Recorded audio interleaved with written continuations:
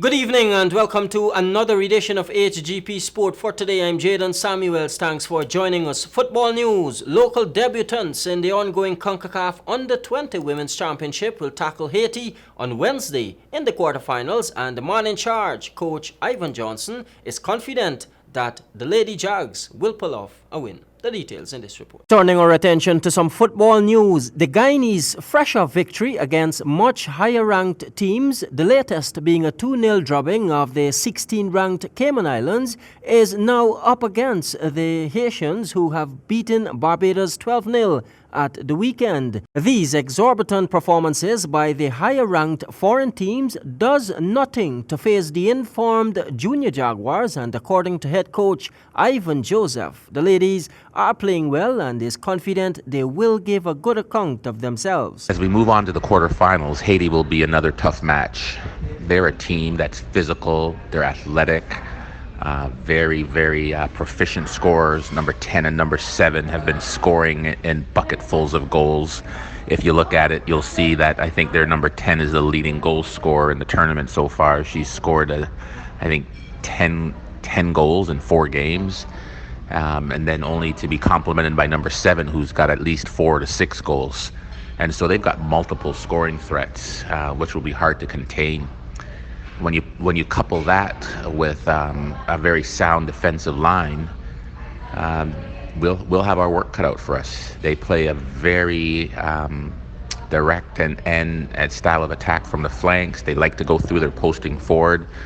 We've watched the scouting tape. We're now beginning the process of developing a game plan. Team player Jade Vivehouse, while understanding that the fixture ahead is tough, related that the home side is optimistic about playing against a stronger team. Going forward for the Haiti game, I think we're going to be looking to defend really well because they are a stronger team. I think having competition at their level is going to be good for us because now we can see what we're capable of doing and we're going to be able to push our boundaries a little bit. Also, that being said, I think it's going to be a lot more physical, so we're going to have to try and match up to their physicality as well. But I think we can do it. So far, the ladies have won 3 of 4 games, the third victory being won without the aid of 2 of Guyana's best starters who were out due to injuries. The tempo has now been amped up considerably heading into Wednesday's matchup. The whistle is set for 16 hours Guyana time. JADON Samuels, HGP Sport. St. Joseph High tumbled South Rheinfeldt as Annandale sideswiped East Rheinfeldt at the Ministry of Education ground in the Milo Schools football tournament. At the weekend, patrons witnessed a fierce battle between 6 teams. First to take center stage were St. Joseph High and South Rheinfeldt Secondary.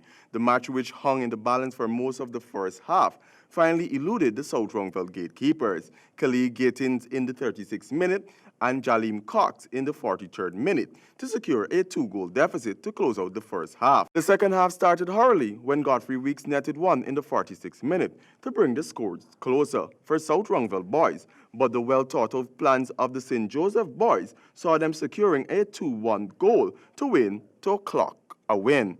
As for Game 2, powerhouse Annandale drubbed East Rheinfeldt 10-2. Taquan Taylor got the ball rolling in the 7th minute for Annandale, as with Omari Glasgow, who claimed the second goal for his squad in the 16th minute, by finishing the day with a hat-trick when he netted 2 more goals in the 41st and 55th minute. The assault continued as German Harrington in the 24th and 62nd minute, Tyrese Dennis in the 29th and the 58th minute, Ricky Deprod in the 43rd minute, and Colin Hendricks in the 56th minute pull out their best footwork to secure a victory. The final match of the day's proceedings saw 2014 champions Lott Secondary coming up against Carmel Secondary, playing to a draw with goals coming from Court Edwards in the 65th minute and Osafa Jackson in the 52nd minute from Lodge. And for Carmel, Lonsad Amsterdam netted a double in the 42nd and 50th minutes.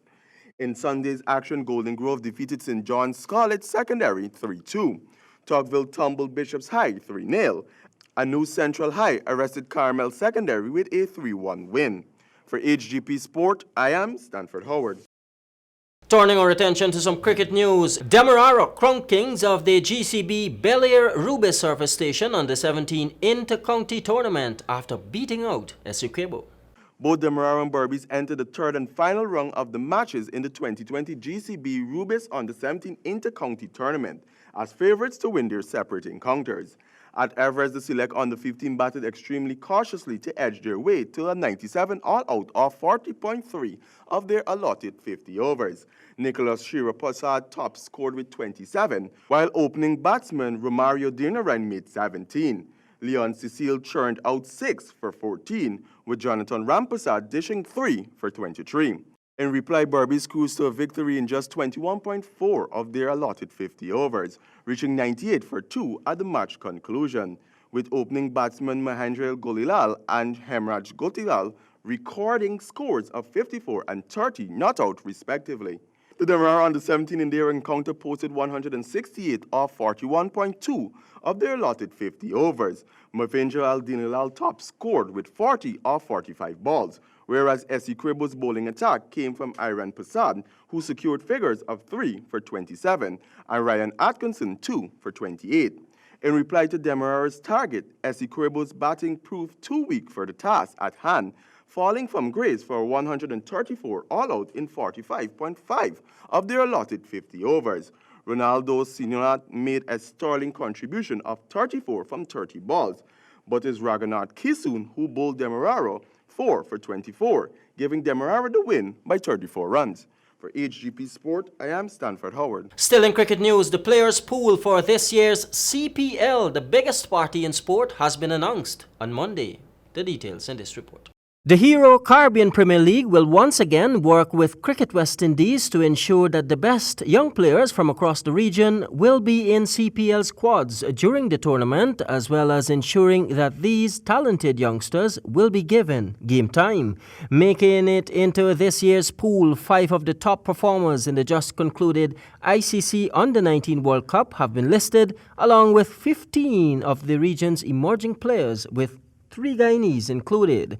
Kimani Milius, Jaden Seals, Ashmid Ned, Naeem Young and Kirk McKenzie are in with a chance to once again show what they are capable of, this time with the big boys. Michael Halls, CPL's Tournament Operations Director, in a release said the CPL takes its mandate of providing meaningful opportunities for the next generation of Cricket West Indies very seriously, and we are happy to have again collaborated with Cricket West Indies on the Emerging Players Initiative to make this happen. The rest of the players making up the 20-man player pool includes Alec Atanzi, Joshua Bishop, Lenico Boucher, Casey Carty, Roland Cato, Joshua Da Silva, Dominic Drix, Amir Jondu, Nicholas Curtin, Michael Louise, Javon Royal, Kegan Simmons, Kevin Sinclair, Shamar Springer, and Bashkar Yadram. Jadon Samuels, HGP Sport. Shea Hope is calling on the West Indies side to up their game and get among the wins. We'll have the details from Samuel Gillis. After the West Indies went down by just 6 runs in another nail-biter to Sri Lanka at the Palikili International Cricket Stadium, Shane Hope opined that the team needs more runs and more wins. This was the second close finish to the 3-match series following the 1-wicket, hard-breaking defeat West Indies had in the opening match in the capital city, Colombo. In the first match, the right-hander top scored with 115, following that up with 72. In between, he made 51 runs in the second contest for a total of 238 runs at the impressive average of 79.3 runs per innings.